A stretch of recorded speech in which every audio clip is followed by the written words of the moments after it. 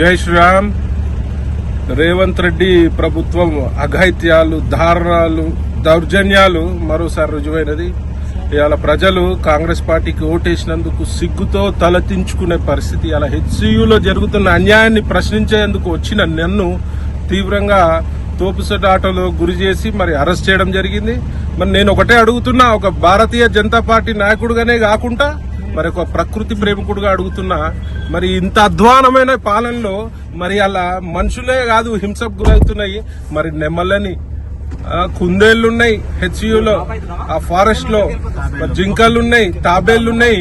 చెట్లు నరుక్కుంటా పోతే ఇవాళ ఆల్రెడీ హైదరాబాద్ లో 50% పైన గ్రీన్ కవరేజ్ మొత్తం పోయింది.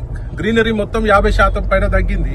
మరి ఇట్లాంటి డబ్బులకు ఆశపడి మరి ఇలా ప్రభుత్వం నడిపే చేతగాని దద్దమ్మ ప్రభుత్వం ఇది. ఇలా డబ్బులకు ఆశపడి మరి ఈ డబ్బులతోటి మరి కాంట్రాక్టర్లకు బిల్లులు రిలీజ్ చేసి అందులో పర్సంటేజ్ తీసుకునే ప్రయత్నంలో భాగంగా ఈ హెచ్యు లోని భూములని వేలంపాట వేసే ప్రయత్నంలో భాగంగా మరి అడవులను నరుక్కుంటా పోతే ఈ యొక్క భూభాగము ఖాళీ మన మనుషులదే కాదు, ఉట్టి ప్రజలదే కాదు, ఇది అన్ని జీవాలకు హక్కు ఉంటది. ఈడ జీవించే హక్కు. ఇలా కళ్ళు నెత్తినెక్కిన ప్రభుత్వం రేవంత్ రెడ్డి ప్రభుత్వం.